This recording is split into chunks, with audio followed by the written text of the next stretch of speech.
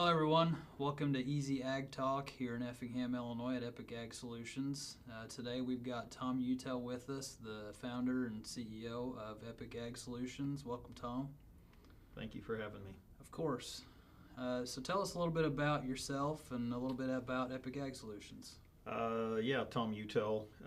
Started the business 23 or so years ago. Actually started as doing business as Uthell Seed Sales. Really, literally, that's all it was. We were doing business as. We didn't know how long this thing was going to last, and so didn't really develop anything formal.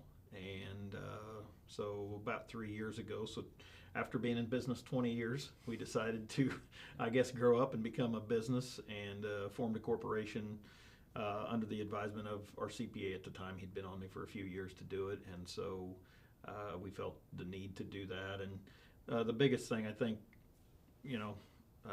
I didn't really want my last name attached to it. That doesn't have any meaning technically for anything, for anybody. And looking down the road, and at that time we were also already handling more than just seed. So I felt like the name didn't really fit the business anymore because we were handling other ag products. So that's really, those were the main driving factors. We did create a corporation, again, based on the recommendations that we were receiving at the time. And so that's what we ended up doing. So a little bit more about myself, I guess I'll say self-trained. Didn't have any official training in sales or agronomy for that matter. Just tried to surround myself with people that were a lot more intelligent than myself and, tried to learn from them all I could. Like a challenge when it comes to learning and always trying to learn more, right? I always say the crops are speaking to us. Are we listening? And so, the only way to do that's with just boots on the ground, and that's how it all got started. Yeah. So. Well, that's a pretty cool story on how Epic Ag got to be where it is today. What were you doing before you started Uthell Seed Sales? Yeah, well, we did several things. Did what it took to pay the bills. I'll say that to start out. Did some cabinetry work. That's actually how I got introduced to Beck's hybrids, to be honest with you. We were actually putting cabinets in the house of my then seed advisor at the time, which obviously he wasn't at that time, but he introduced me to Beck's.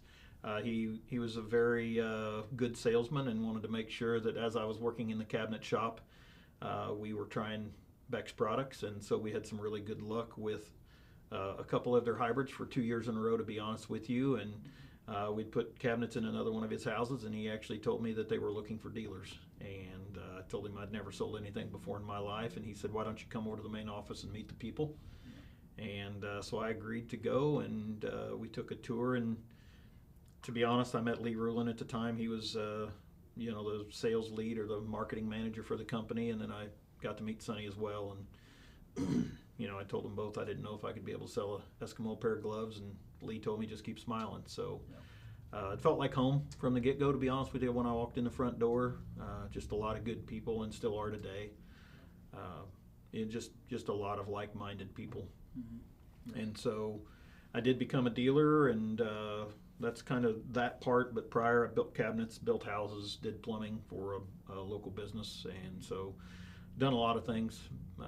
At the same time I started the seed business, I was doing furniture out of my garage, and I told myself I was going to be self-employed one way or another, and one of these two were going to work out. And so we're hoping that the seed business works out one day. So obviously it did, right? I mean, you've been doing this for 24 years now, is that correct? Yeah. Yep. Yeah. Yep. So what does it take to be successful like that for 24 years selling seed, especially with the commitment to Beck's and the family's commitment to you from that side? I think just be different, to be honest with you. Don't be afraid of hard work. They always say success is disguised in coveralls and boots. And I think that's very, very true. I think there's another saying out there that it takes about 10,000 hours to be an expert in your field. Mm-hmm. And by no means am I an expert, but as I look back at the number of hours and how many years it took me, I'll tell you that it took me about 6 years to feel like I had my legs underneath me. And if you do the math, and that's not too far from 10,000 hours. So, just hard work, be different, always have the heart of a servant.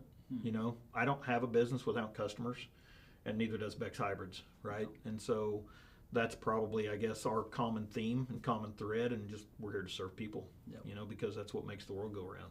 Yeah. And I don't want to sound noble or anything like that, but that's really what it boils down to. You know, how can we help people? Yep. You know, how do we utilize the knowledge that we're learning from, you know, some of the sharpest agronomy guys, the PFR, or whatever it might be? You know, how do we help? Yep. Yep. So. In helping those people, do you think that those people are looking for something different? Yeah, I would say there's a lot of people that are, and there's probably some people that are that just don't know it yet. And by that I mean, you know, they're struggling in one manner or another, whether it's high input costs or a lack of boots on the ground in the, you know, in the season to be able to help diagnose the problems. You know, in ag, it's really easy to make good decisions when the snow's flying. Yeah. And, you know, it's really good to have that plan yet the 15th of April, and by the 15th of May rolls around, we kind of throw that out the window, and it's really easy to do that same thing over and over again. And, you know, to be able to partner up with people and say, okay, here's the plan, here's why we developed it, what do we need to tweak to be able to still learn what we want.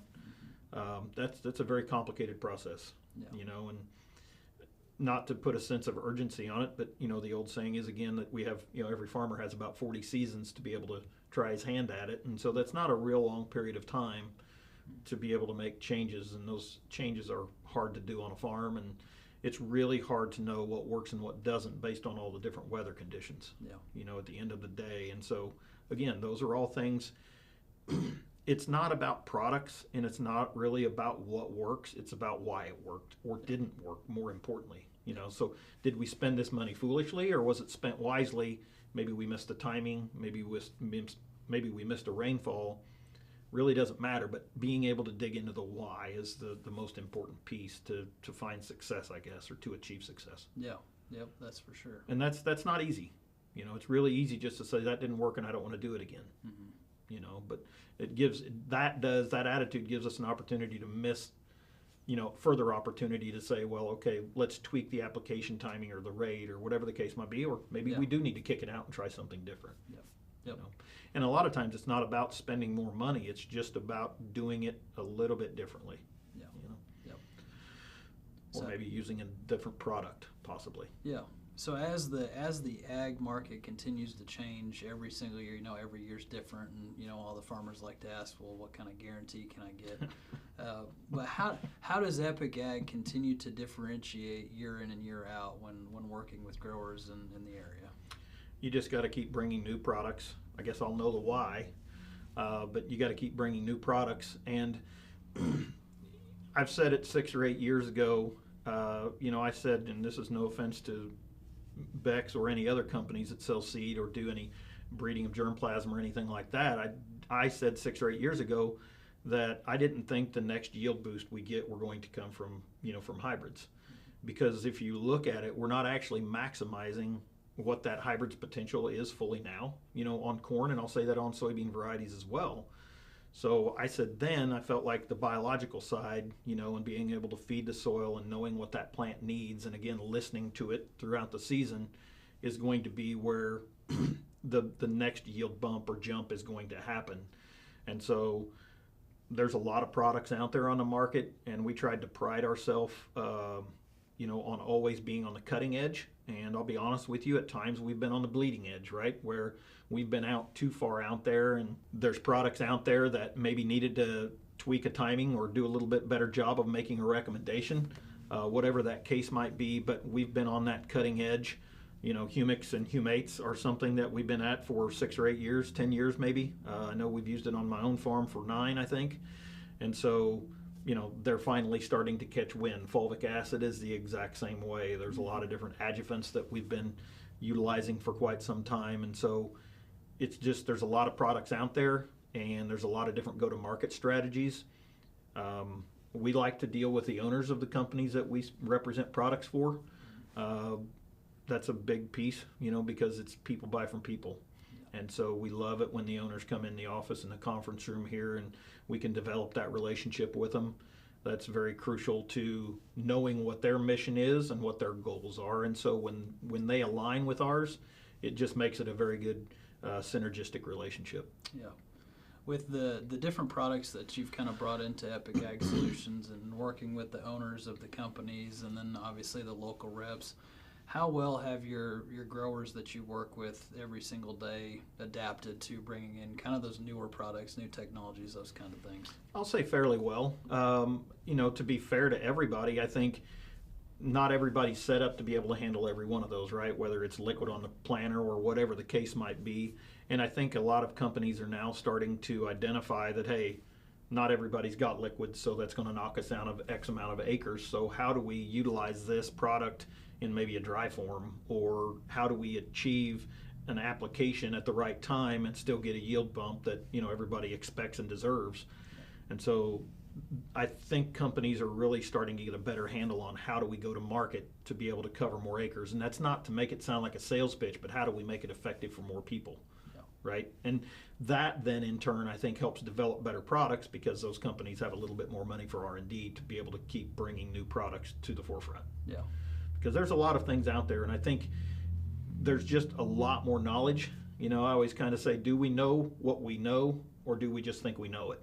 Yeah. Meaning soils are, I think, a lot different. Nitrogen nutrient utilization of hybrids are different now than what we maybe actually thought they were back in the 50s when a lot of those recommendations were made. Mm-hmm. Hybrids have changed a lot. I think our drought tolerance on hybrids are a lot higher, and our window of grain fill is so much larger, and so we have more opportunities to affect things in a very positive manner. Mm-hmm. How do we make that happen, right? And so then how do we get that timing right? And so I think there's a lot of aspects to that, and it's really no cookie cutter approach. It's sitting down and having one-on-one conversations about what products will work for each customer. Yep. It's not easy, but I feel like it's the best thing to do for the producer. Yeah. Yep. And a lot of those conversations, I assume, are based more on educating the grower that you're with, having that conversation about the why that you mentioned, and not just what the product is. That's exactly right. You have to educate first, and I think that all goes back to the why. If we don't know the why, it means we weren't educated enough to figure out what that why was. And so if we start with education, it's a lot easier to get the end result that we desire, and then we know our whys. Yep. So education's key. Yep. We've always been that way, and honestly, that's how we got into a lot of these specialty products, I'll say, to be honest with you, and different fertilizers. Is we were having agronomic meetings, I'll say 10 to 12 years ago, and we were having some really sharp agronomy people come in and speak, and they were making recommendations for products. Our farmers or customers would go out and talk to everybody that they knew that they bought from previously, and found out that some of those products weren't available. And so I had a decision to make. We're either going to quit having agronomic meetings, which I'm big on education, or I tell the people not to recommend products that they're really believers in, or I try to talk some other, retailer or producer or co-op to try to sell those products, or I try to sell them myself. And so that's really what drove us to the space that we are in today. It was kind of out of necessity and a desire to educate and do things a little bit differently to be able to provide a better product, which hopefully in return gives us a better ROI.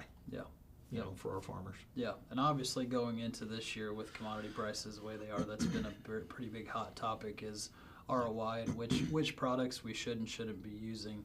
Is there really anything that stands out to you going into this spring that growers really should be looking at doing or putting into practice on their farm? I know it's kind of a broad spectrum statement or question there, but maybe just one or two things. It is.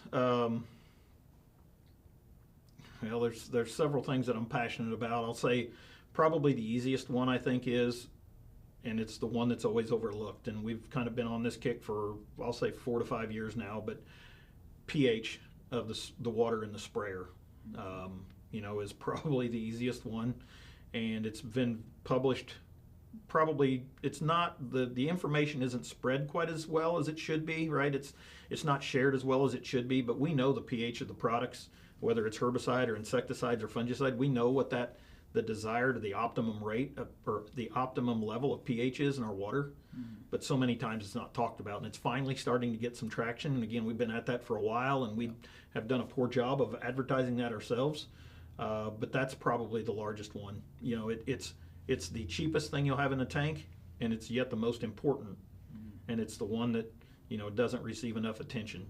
And the water is the highest volume of every application we make. Water is always the highest volume in the tank, and we too many times treat water as water, and that couldn't be further from the truth. And so that's probably it.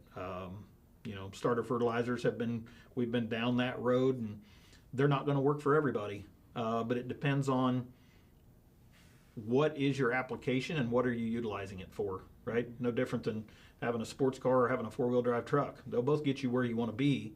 What are you needing, right? Are we going to be driving through mud to go to town, or are we going to be on nice smooth blacktop and, can we break the speed limit, right? So that's really the key of knowing the what and the why. So starter fertilizers, one. Fungicides were big last year on corn. I honestly think we can predict the need for fungicide in June based on how much rainfall we get, especially in our corn, not so much soybeans. But if we have a wet June, I'm telling you, there's a good chance that we're going to need to spray fungicide. That's what we've seen in 23 and 24. We had dry Junes and there was no disease at all. 25, we had an extremely wet June with a lot of wind, and we had a lot of disease come in. And so I'll say be on the watch out for fungicides. I'll say those are probably the big ones. Making sure nitrogen stabilized properly. We're big in putting humic acid in 32 and 28. It's a great stabilizer, and it helps increase your carbon to nitrogen ratio, which makes everything more efficient and more being able to be utilized more efficiently by the plant. And so those are the big ones, without getting into a deep dive. So you brought up starter fertilizer, and I'll take fertilizer out of that, right? Because that seems to be a pretty big topic on what should a grower do this spring, or whether they didn't do it in the fall, or what they should do this spring. How much should they be putting on, that kind of thing. Do you think that there's things that we can do to help get access to more of that fertility that's already out there? Yeah, that's absolutely, there is. We had some interesting conversations here as of late, as we do every year and through the winter. There's a lot of nutrients out in our soil that we're not being able to fully get a hold of or utilize, I'll say, maybe is the right term. There's different enzymes on the market that we can grab a hold of those nutrients and make those available to the plant. And a lot of times we want to talk about, well, if you do that, you're going to mine the soil. And to that, I'll say our soils is such a huge bank of fertility, right? We have a lot of nutrients in the top foot that we're nowhere near touching the tip of the iceberg on those nutrients. And so making those available is no different than, putting $100,000 in your checking account or your bank and only being able to get 10 or 100 out, right? We want to be able to get into that and get 10,000, 20,000, 50,000. How do we get up there to be able to get that utilization of all of our nutrients out there? And so that's huge. Availability is always the biggest thing. It's another one of my hot buttons, so you're hitting on it. But there's a lot of products out there that we can do utilize to get the nutrients out of the soil there that we need. So everything you touched on, it starts from the beginning, right? From fertility through planting to when we're making our spray applications to our yield at the end of the year, right? Exactly. Are there things that you've seen that at the end of the year that we can help to push yield a little bit more, ahead of the combine starting to roll? Are there things that we can do? Yeah, I think we need to rethink what we have in our tanks. A lot of times we can have a rifle approach, and rightfully so, right? Because, we've come out of the area where we've had Roundup resistant weeds, and, in some areas that we're not getting our water right where they need to be. We're having to bump our rates up on some other herbicides that are being used. And so we need to be very effective, and we need to kill the weeds, right? That's job one, right? Because it's a huge yield robber if we don't get it right. But what else can we be doing in that process, right? So I think we need to utilize foliar feeding a lot more, especially on soybeans. I guess I'm kind of significantly or specifically pointing those out here. Our soybean roots are kind of pathetic, to be quite honest with you. There's not a lot of root mass there, and so if we're not touching a lot of those nutrients, we're not going to get those into the plant. So how can we utilize foliar feeding and go back to pH, right? How do we get our pH right to make those or help those become available to the plant as we or after we apply them? And so that's a big thing, and it's the easy ones, right? I don't want to rifle down in on a lot of the micronutrients too far until we get some of the larger ones right. And so I think a lot of times ultimately we over apply on, I'll say, the big three, right? Sulfur is the fourth one. I'll say sulfur shouldn't be a micro, it's really a macro, in my opinion. And so we're doing a better job of focusing on that as an industry. But I don't want to rifle down too far into the micros until we get the larger macros fixed. Doesn't mean we over apply on them. I think it actually might mean that we divert some of the dollars and work on balance and get that balance right, because it's no different than the human diet. We like to have a balanced diet. Our crops are really the same exact way. So I'll say foliar feeding. Corn can be the same way, to be honest with you, probably not quite to the degree that soybeans can. Do you feel like we're giving up too early at the end of the year on our corn and beans? Yeah, 3 years ago I went to Brazil, and the one thing I think I took away from there is they have a lot of rolling soils that I'll say aren't as productive as what we have here in the I-states, and even a lot of the part of the Midwest. I don't want to just hone out on their I don't want to hone in, he may edit that. I don't want to hone in on the I-states, but yeah, I think we do. And so what I learned from them is they have to spray for Asian rust 5 to 7 times a year, and every time they do it, they foliar feed.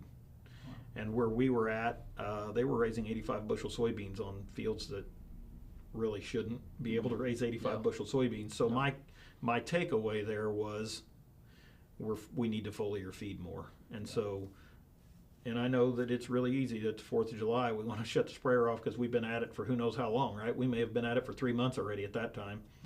It's really easy not to go any further, but I think if we want to bump yields another application or two, or maybe we push those applications back a little bit further to help feed those soybeans a little bit longer, because at some point, and we saw it in 25, right? We did some foliar feeding at that time where we increased blooms and we did increase pod counts, but because we didn't have enough rain, we didn't have the water to fill the pods that we had, so the extra 15 to 20 pods we threw on, we definitely didn't have water for, and so we ended up aborting those. And so in years where we do get rainfall and we can increase our pod count, and that's where we're going to increase yield.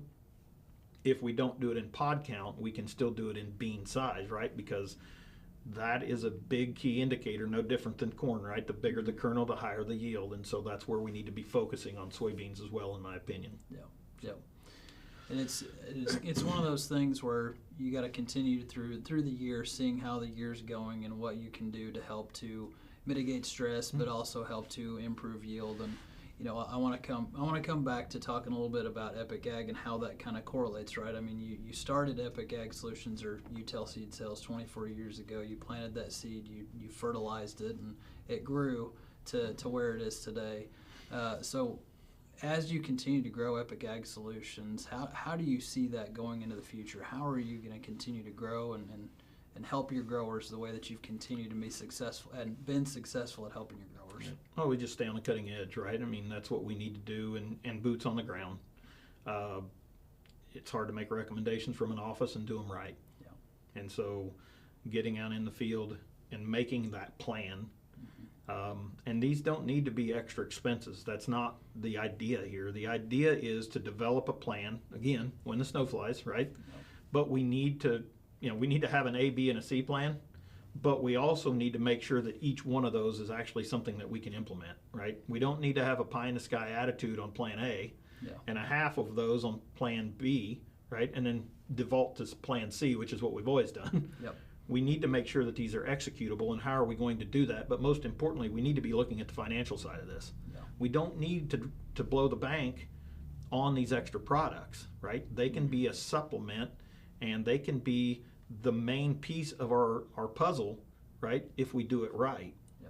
And recommending good products is where that's going to start. But again, making it economical and making it useful is the big thing. Front-loading products a lot of times doesn't pay, and so how do we push that back when that plant needs it and make it available? So again, they're not extras. They don't need to be add-ons. We don't need to spend an extra $20, $30, $50 an acre on these products, because that's where we get into problems, and it makes everybody kind of feel nervous about spending the extra money when commodity prices and rain are questionable every year, right? So So it's just boots on the ground, making good recommendations, staying in touch with good companies that are going to help our farmers and our customers succeed and have a positive ROI. I don't know if I answered your question. Yeah, no, that does. And that definitely, I think that plays to where your slogan or your logo that you use, where serving the farmer comes first. Can you maybe dive a little deeper into that and what that means to you and why it's so important? Well, just to be honest with you, it was a tagline that started back when we did our first semi-trailer wrap, and we were sitting in the room with the our graphic design gal, which is very talented, and she said, "Would you like to put a tagline on it?" And I just quickly said, "We're serving the farmer comes first," and it's kind of stuck. And it's really simple. It's the core of who we are. I mean, I farm as well, small farm with my brother, and we're not big, and we're not ever going to be with current land prices. And so, how do we help people? That's really, I guess, where it comes from. I don't want to be over noble, but it's an old fashioned way of doing business. And I think our customers need to be right, and it's just a really simple old fashioned way of doing business. I want to be someone that's here. I want to serve them rather than them serve me and my goals. And so, again, just really simple. How do we help? How do we help people? Yeah. I think there's a need for it in the industry, and it's not revolutionary, right? Yeah. It's just, let's keep it simple and let's do business smart. And how do we help? Yep. So. Yep. Do you feel like there's a little bit of a disconnect then in the industry to where not everybody's out there to necessarily help the farm? Yeah. That's a pickle, to be honest. Publicly traded companies, have a desire and a need to be able to keep the shareholders happy. There's nothing wrong with that. I mean, that is a very capitalistic way to do business, and I'm a favor of that, right? And so I don't want to say anything negative, in that light or in that tone.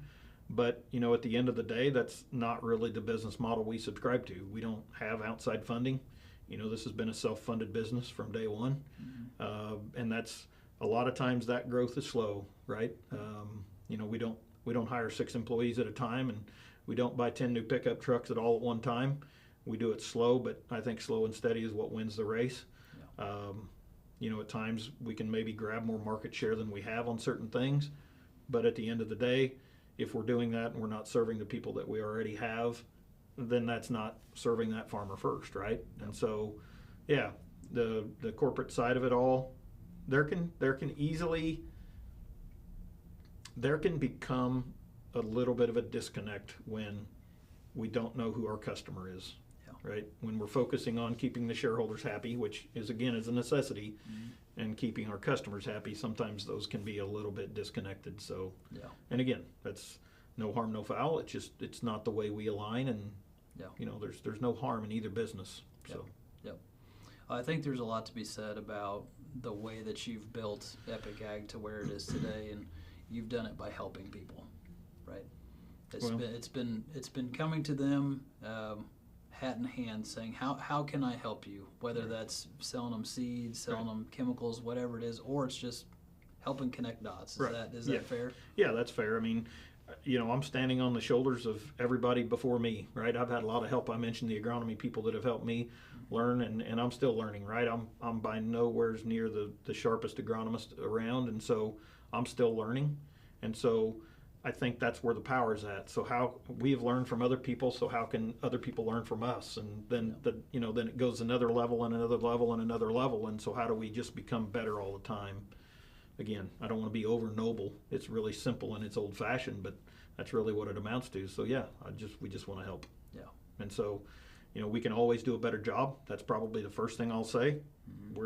There's always room to improve, and connecting dots. We know a lot of people in the industry, and having a contact name and number of someone that can help someone else where we can't is very powerful as well.